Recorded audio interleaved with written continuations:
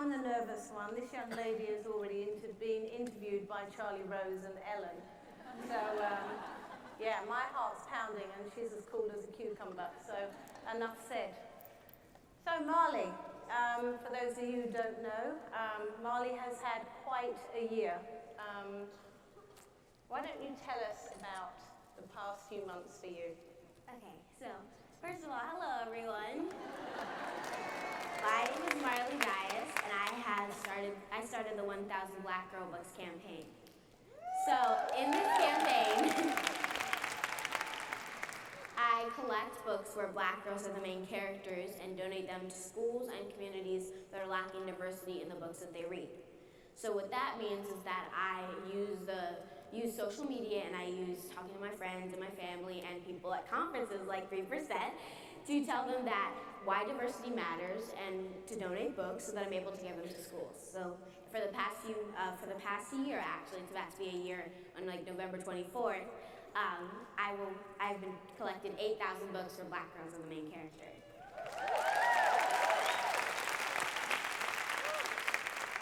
Amazing, amazing. So Marley, and your mum's from Jamaica.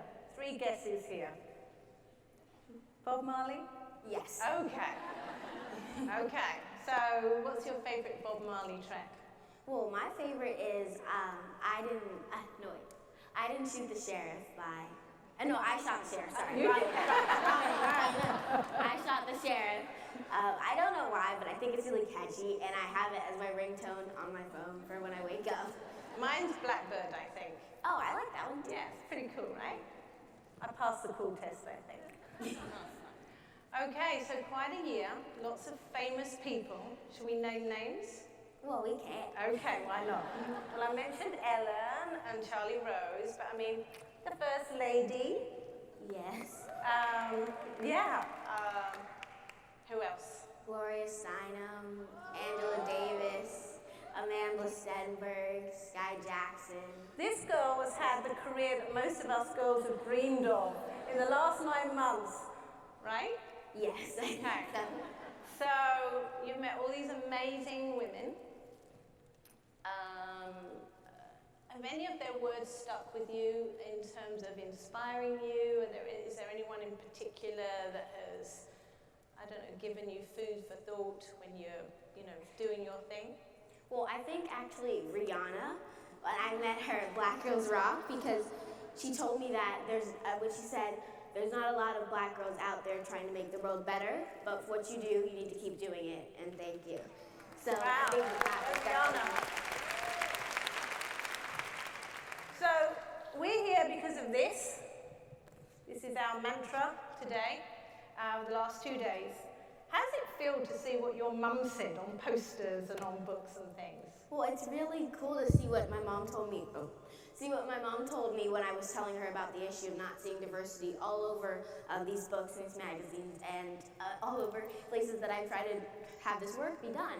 Because I think that it's a powerful word that other parents and other people who see that kids have these bright ideas to make the world better really should be using to enrich them to do more positive things. That's pretty cool. Yeah. So I have a daughter, she's 11. She's a bit of a pistol like you. So I'm wondering, amongst your friends, and I know that you have 2 really good close friends who you started BAM with. And BAM was the initiative that got Marley into the 1,000 book program.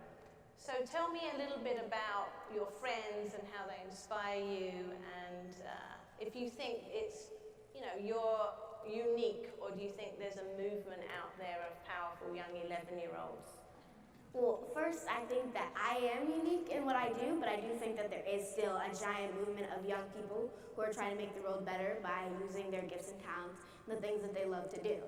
And I think that my friends, Brianna and Amina, who together our names spell BAM, have really inspired me because they see these issues and I feel like I want to help them and that they want to help me be able to use our voices to make things better. And I think that also with my other friends who are not a part of BAM, but are just go to school with me, or we've gone to camp together, or we used to have swim practice or gymnastics together. I think that when they talk about the issues that they see, I really do try to push them to talk about it, because the power of the voice and the power of expressing your ideas really does help, especially in reading and in writing and in performing and everything that you really want to do. Being expressive really does help.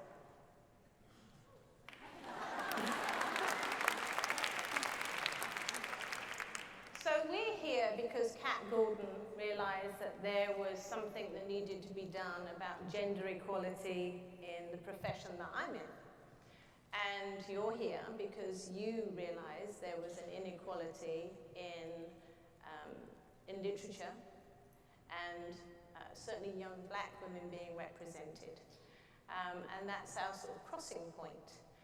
And we're all making a difference. The fact we're all here today is clearly making a difference, and the fact that you've received the kind of attention that you have. So I've often asked Kat this, 3%, when does it become 10 and 15? And when do you collect more than 1,000 books? Because I know that you're well above 7,000 now. Actually, we just hit 8,000 about a month ago. That's awesome. Thank you. So what's next?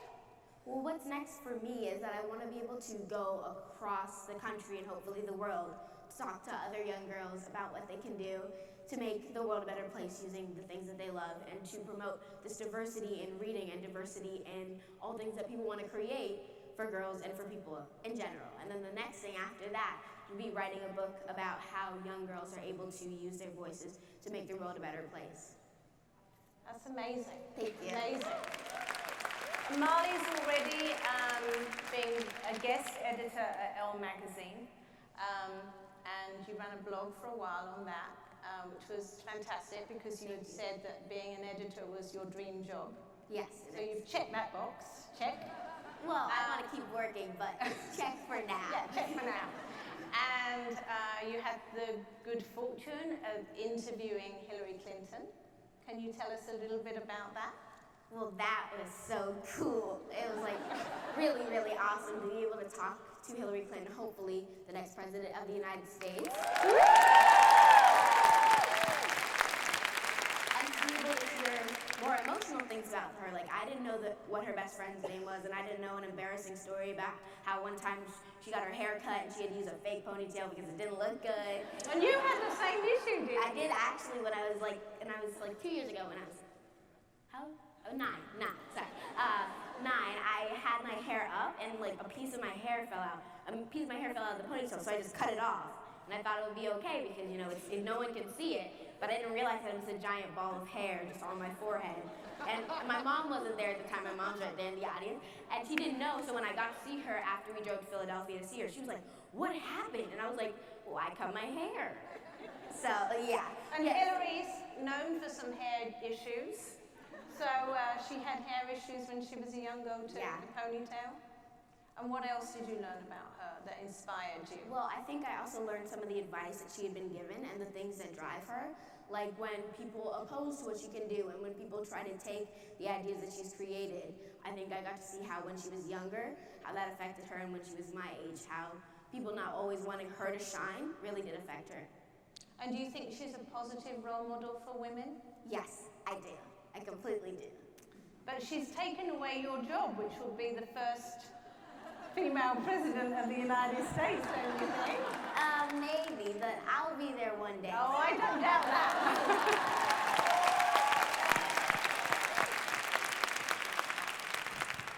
So let's talk about your mum a little bit, okay?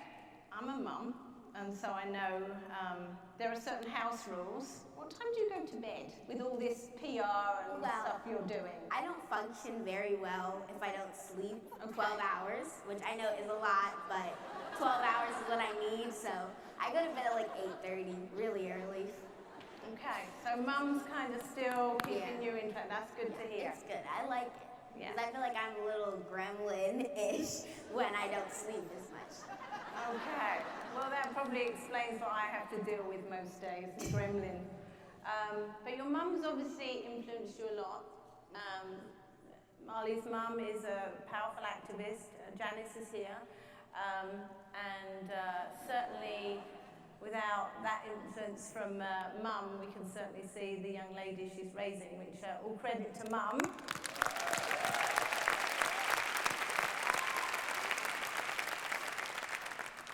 And I think Kat Gordon and I talked about why Marley's here.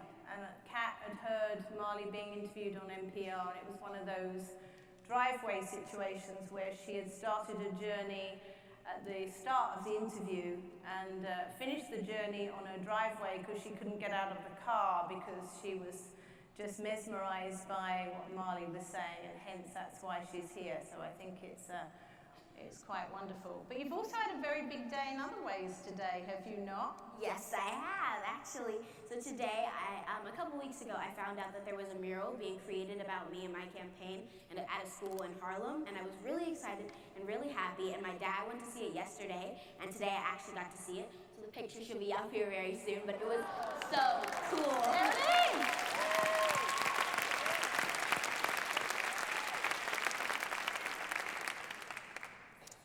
So you're a bit of a fashionista. Yes. Yeah. How many pairs of glasses do you have? I have 8 pairs. Okay. And how do you decide which ones to wear? Well, for school, I like to wear like the same pair because they're more reliable and I feel like they just kind of fit into my wardrobe more automatically. But like for more special occasions, I wear my glasses that have color.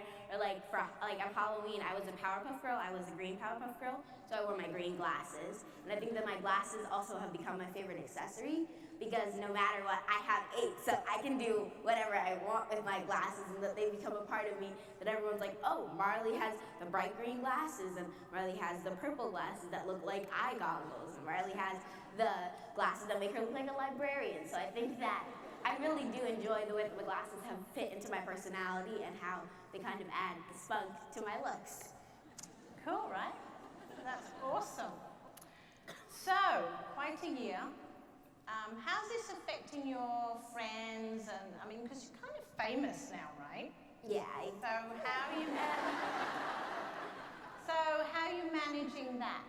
Well, as of my friends, I think that some of my friends don't understand it, which I think that with this campaign, I've been able to help them understand what it's like to not always see yourself and to lack this diversity, because I live in a mainly white community, and a lot of my friends don't actually, well, my friends who are white don't always understand what it's like to not see themselves. And for my friends who are black, we live in a community where race is not always something that people want to talk about. So I feel like with my campaign, I've been able to kind of make kids think more about the way that their community works and the way that race is involved in their community, and equity and diversity is involved in their community. And I think that they're starting to get it, and that they're really happy that I'm able to use my voice to make something positive happen. Because when this campaign really started in 5th grade, when I saw this problem, there was a lot of girls who were like, well, I see it too. And with this campaign, I've been able to grow that voice for girls to say that there's something wrong. And does it seem strange to you, grown-ups just can't figure it out like you have? Not really, but I think that everyone works at their own pace, and the things that they love develop at a certain amount of time. And mine might have developed in like a year, but for others, it might develop in 11 or 13, I don't know. It takes time. So whatever that time may be, that's perfect. So just keep doing what you want to do.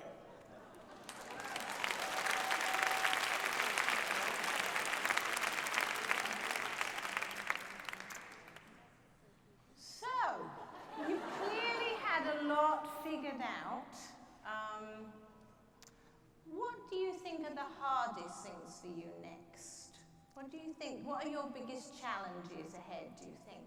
I think one of my biggest challenges is probably going to be developing into new situations and being able to add on to what I have to say, because I don't want to repeat the same work that I do. I want to expand it more, and I think stepping out of my comfort zone with that, because I work with black girls, but what if next I should work with black boys or Latina girls or Native girls or Native boys? Like, I want to be able to expand more, that I show the diversity is not just specifically directed towards black girls, it's directed towards all people and all people's voices and ideas.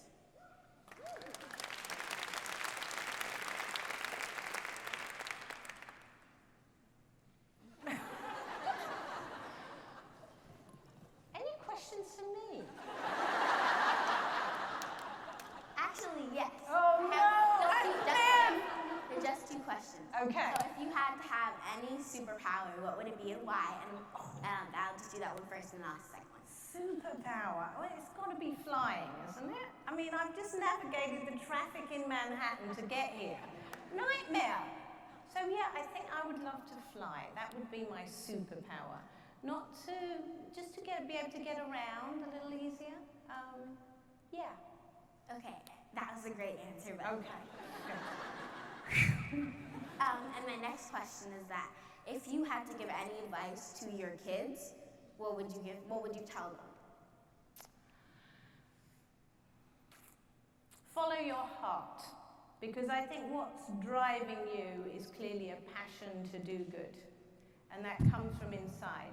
It's probably fueled by your family and by the fact you're growing up in a household with a mum who's very driven to make a difference, and a dad that supports that too. So I think life's pretty short. You won't realise that yet, but be assured it's not as long as you think it is. And I think following your passion and having a heart for something, no matter what, and sticking to it, even if others are telling you otherwise, I think that's the most important thing that I would tell my children. I really agree with that. I definitely do, and I think that's what drives me, and I think that's what should drive all people and everyone everywhere to make a change, is to follow what's in their heart and to follow what they want to see to be the next positive thing that happens in the world. So thank you. Thank you, Marley. Marley.